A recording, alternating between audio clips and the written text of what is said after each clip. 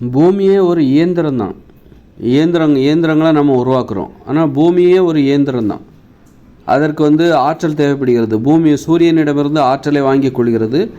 அப்புறம் அது ஒரு சூரியனை மையமாக வச்சு அது சுற்றுவட்ட பாதையில் சுற்றுகிறது.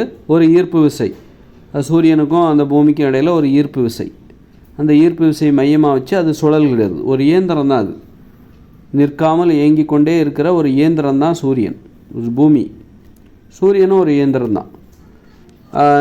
அப்போ ஆனால் உயிர்னா என்னென்னா, இப்போ நாம் என்ன நினைக்கிறோம், உயிர்னா என்னென்னா ரத்தம், சதை இதெல்லாம் இருக்கணும். உயிர்கள் நிறைய வெரைட்டியாக இருக்குது, நிறைய தன்மை இருக்குது. உயிர்களில் நிறைய பிரிவுகள் இருக்குது. ரத்தமும் சதையுமாக உள்ளது ஒரு வகை.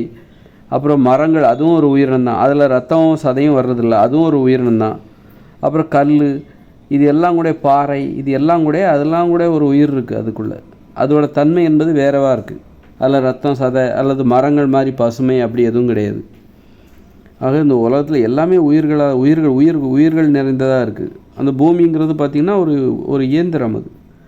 அது ஏன் சுழந்துக்கிட்டு இருக்குது, அது சுழல்கிறது. அதுக்குள்ளே என்ன இருக்குது, பூமிக்குள்ளே என்ன இருக்குது, அதுக்குள்ளே தண்ணி இருக்குது. அப்புறம் நடுவில் போனால் மையத்தில் என்னெல்லாம் இருக்குது, நிறைய இருக்குல்ல. அப்போது இதெல்லாம் பார்த்தா ஒரு இயந்திரம் தான். பூமி கூட ஒரு இயந்திரம் தான். நாம் ஒரு கார் ஓட்டுறோம்ல, கார் ஓட்டுறோம், இந்த மாதிரி ஏதோ ஒரு இயந்திரம் நம்ம உருவாக்குறோம். நிறைய இயந்திரங்களை கண்டுபிடிக்கிற மாதிரி பூமியும் ஒரு இயந்திரம் என்பதை நாம் புரிந்து கொள்ள வேண்டும்.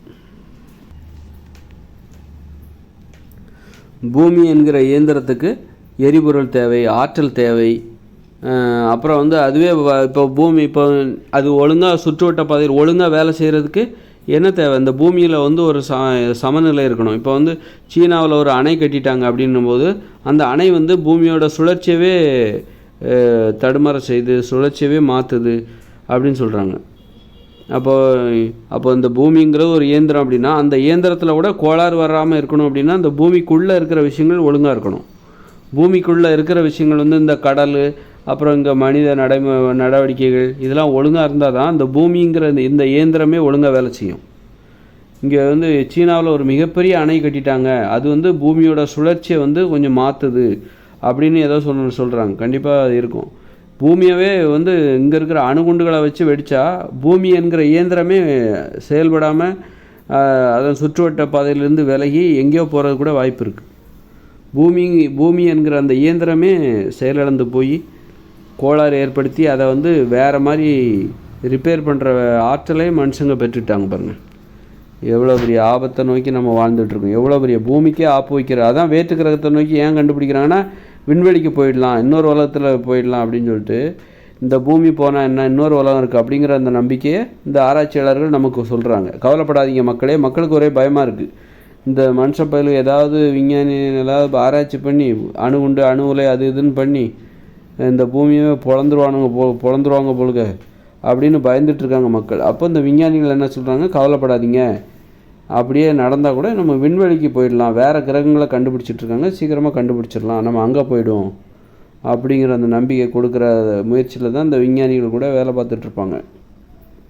அந்தளவுக்கு பூமி என்பது ஒரு இயந்திரம். அந்த இயந்திரத்துக்குள்ளே இருக்கிற பகுதி கருவிகள் தான் நாம் எல்லாருமே. நாம் ஒழுங்காக இருக்கணும். நாமளும் ஒழுங்காக இருந்தால் தான் அந்த இயந்திரம் ஒழுங்காக வேலை செய்யும். அந்த பூமி என்கிற இயந்திரத்திற்குள் இருக்கிற சின்ன சின்ன கருவிகள் தான் நாமெல்லாம். அப்போ நாம் ஒழுங்காக இருக்கணும். அப்போ தான் அந்த இயந்திரம் ஒழுங்காக வேலை செய்யும். நாம் ஒழுங்காக வேலை செஞ்சால் தான் நாமளே அந்த இயந்திரத்தை கோளாறு செய்கிறதுக்கான வேலையை பார்த்துட்ருக்கோம்.